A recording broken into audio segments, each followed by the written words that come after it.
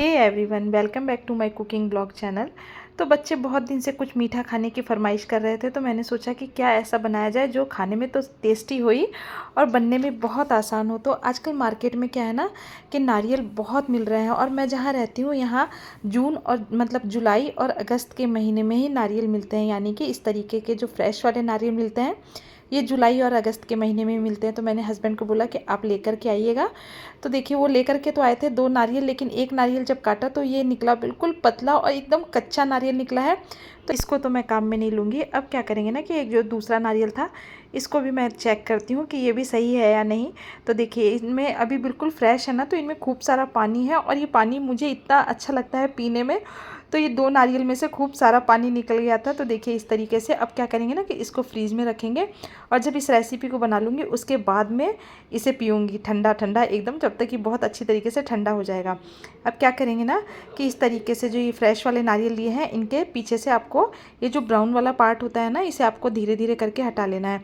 जैसे अगर आप इस तरीके से भी अगर ग्रेट कर लेंगे ना, तो थोड़ा सा जो हम बना रहे हैं रेसिपी उसमें उतना अच्छा कलर नहीं आता है। तो क्या करना है ना कि इसको आप ग्रेट कर लेना है। आप चाहे तो इसे डेसिकेटेड कोकोनट से भी बना सकते हैं। तो देखिए मैंने इसे कद्दूकस से ग्रेट कर लिया है, लेकिन क्या है ना कि ये मुझे थोड़ा सा ज़्यादा मोटा मोटा लगा, यानी कि जो मेरे पास ग्रेटर है ना उसके थोड़े छेद बड़े हैं। तो उसमें से जब मैंने इसे ग्रेट किया तो ये मुझे लच्छेदार में मिला। तो मैंने कहा नहीं, इतना मोटा तो नहीं रहना चाहिए। तो मैंने क्या किया कि इसको है ना मिक्सी के जार में डाल करके और इस तरीके से इसका एकदम फाइन सा पेस्ट बना लिया है, मतलब बिना पानी डाल करके आपको इसे इसी तरीके से पीस लेना है। तो जब आप इसको इस तरीके से पीस लेंगे ना तो ये बिल्कुल सॉफ्ट तरीके से एकदम नरम सा पीस करके तैयार हो जाएगा, यानी कि भुरभुरा सा पीस करके तैयार हो जाएगा। अब इसे रखेंगे साइड में, और इसमें डालने के लिए मैंने ले लिए हैं ये 2 आम लिए हैं। तो ये एकदम पल्प से भरे हुए हैं, यानी कि बहुत ही टेस्टी और बहुत ही मीठे हैं।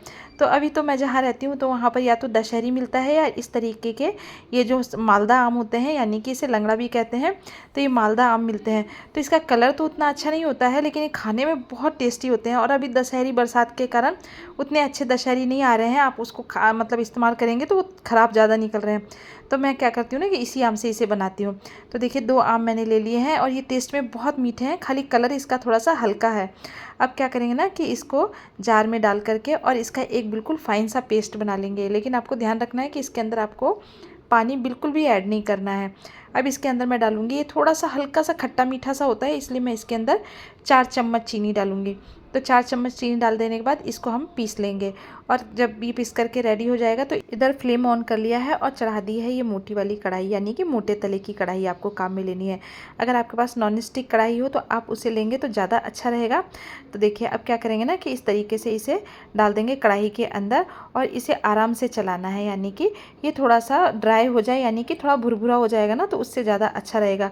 तो इसे आपको बीच बीच में इसी तरीके से चलाते रहना है। आपको इसे ज़्यादा देर छोड़ करके नहीं रखना है, नहीं तो क्या होगा ना कि बहुत जल्दी चिपक जाता है। जैसे जैसे इसका पानी सूखता जाएगा, यानी कि इसका मॉइस्चर ख़त्म होता जाएगा, ये चिपकने लग जाएगा। तो देखिए चलाते चलाते भी हल्का सा कढ़ाई में लगने लग गया है। तो अगर आप नॉन स्टिक कढ़ाई के बगैर इस तरीके की कढ़ाई में इसे सेक रहे हैं तो आप इस चीज़ का ध्यान रखें। अब क्या है ना कि नारियल अच्छी तरीके से सीख गया है, तो इसके अंदर डाल देंगे इस आम वाले पल्प को डाल देंगे। तो आम वाले पल्प को डालने के बाद आपको इसे इसी तरीके से मिक्स करना है। तो आपको इसे अब बिल्कुल भी नहीं छोड़ना है, आपको इसे कंटिन्यू चलाना है। तो मतलब आप इसे कंटिन्यू चलाते रहेंगे ना तो ये सिक करके बहुत ही अच्छा तैयार होगा। लेकिन इसका थोड़ा सा कलर हल्का था, तो इसलिए मैंने इसके अंदर फूड कलर इस्तेमाल किया है। अगर ये दशहरी आम होता तो मैं इसके अंदर फूड कलर का इस्तेमाल नहीं करती, लेकिन ये मालदा आम था तो इसलिए मैंने इसके अंदर फूड कलर का इस्तेमाल किया। अब क्या करेंगे कि इसके अंदर मैंने 1/3 कप मिल्क पाउडर इस्तेमाल किया है। देखिए मिल्क पाउडर डालने से है ना क्या होता है कि इसका टेस्ट बहुत ही अच्छा होता है, और इसके अंदर हमें मावा वगैरह कुछ भी ऐड नहीं करना है ना।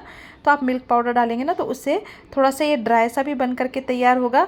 तो इसलिए अगर आप समझे तो मिल्क पाउडर डालना है इसमें कंपलसरी है, और अगर आपके पास मिल्क पाउडर नहीं है तो आप इसके अंदर मावा डालें, तो उससे इसका टेस्ट और भी अच्छा आएगा।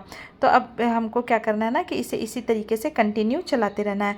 तो जब ये एक जगह इकट्ठा होने लग जाएगा तो आप समझिए कि ये करीब करीब तैयार होने वाला है। तो देखिए इस तरीके से सारा पेस्ट एक जगह इकट्ठा होने लग जाएगा, तो समझिए कि बिल्कुल सही तरीके से पक गया है। अब क्या करेंगे कि इसे एक थाली में निकाल करके और इसे ठंडा करेंगे, क्योंकि जब तक ये ठंडा नहीं होगा तब तक हम इसकी मिठाई बना करके तैयार नहीं करेंगे। तो जब ये बिल्कुल ठंडा हो जाएगा ना, तो उसके बाद ही हमें इसे हाथ से छूना है। तो देखिए अब ये बिल्कुल अच्छी तरीके से जब तक ठंडा होता है तब तक क्या करते हैं ना कि इसमें डालने के लिए मैंने 2 से 3 इलायची ले ली है। तो फ्रेश हरी वाली जो इलायची आती है उसे छील करके और उसे कूट लिया है और हरी इलायची को डाल दिया है इसके अंदर, और साथ में ये खरबूजे के बीज डाले हैं।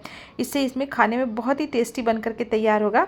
तो देखिए इस तरीके से खरबूजे के बीज डाल दिए। आप चाहें तो बारीक बारीक काजू को भी काट करके डाल सकते हैं, बादाम भी आप इसमें ऐड कर सकते हैं। आपको जो भी ड्राई फ्रूट्स पसंद हो आप वो इस्तेमाल कर सकते हैं, लेकिन मैं तो इसमें खरबूजे के बीज और सिर्फ आज इसमें इलायची ही डालूंगी। अब ये देखिए बिल्कुल ठंडा हो गया है। तो इसका एक छोटा सा डो लेकर के और इस तरीके से आपको इसके लड्डू बना लेना है। आप चाहे तो किसी भी शेप में इसे बना सकते हैं, लेकिन मैं तो क्या करूँगी कि आज इसके इसी तरीके से गोल गोल लड्डू बनाऊंगी। और ये जो नारियल का बुरादा है यानी कि डेसिकेटेड कोकोनट है, इसके अंदर आपको इन लड्डुओं को डाल देना है। तो लड्डुओं को डाल देने से क्या होगा ना कि नारियल का बुरादा इसके ऊपर चिपक भी जाएगा और उससे क्या होगा कि थोड़ा सा ड्राई भी हो जाएगा, और जब आप खाएंगे तो आपके हाथ में बिल्कुल भी नहीं चिपकेगा। और हाँ, मैं आपको एक बात और बताना चाहती हूँ कि अगर आपको इन लड्डू को बनाने में परेशानी हो तो आप हाथ में घी लगा लें, और घी लगाने के बाद इन लड्डुओं को आराम से बना सकते हैं आप। तो आप घी लगाना हाथ में बिल्कुल भी ना भूलें। और देखिए इस तरीके से सारे लड्डू बन करके तैयार हो गए हैं। तो इन्हें मैंने डाल दिया है नारियल के बुरादे के अंदर, और इस तरीके से आप इन्हें घुमा दें। तो उससे क्या होगा ना कि नारियल के बुरादे की इस पर चारों तरफ से कोटिंग हो जाएगी, और बच्चे तो देखते ही खुश हो गए कि अच्छा चलिए आज कुछ मीठा बना है, क्योंकि बच्चों को तो मीठा ऐसे भी बहुत ज़्यादा पसंद आता है, और मेरे हस्बैंड को भी बहुत ज़्यादा मीठा पसंद है। तो देखिए सारे लड्डू इसी तरीके से बन करके तैयार हो गए हैं। तो अगर मेरा वीडियो आपको पसंद आता हो तो प्लीज़ मेरे चैनल को लाइक एंड सब्सक्राइब ज़रूर करें। और चलिए लड्डू तो मैं बाद में खाऊंगी, लेकिन जो मैंने नारियल पानी निकाल के रखा था ये भी ठंडा हो चुका है। तो लड्डू बनाने में जो थकान हुई थी उसे हम इसी तरीके से उतारेंगे। Take care, bye bye.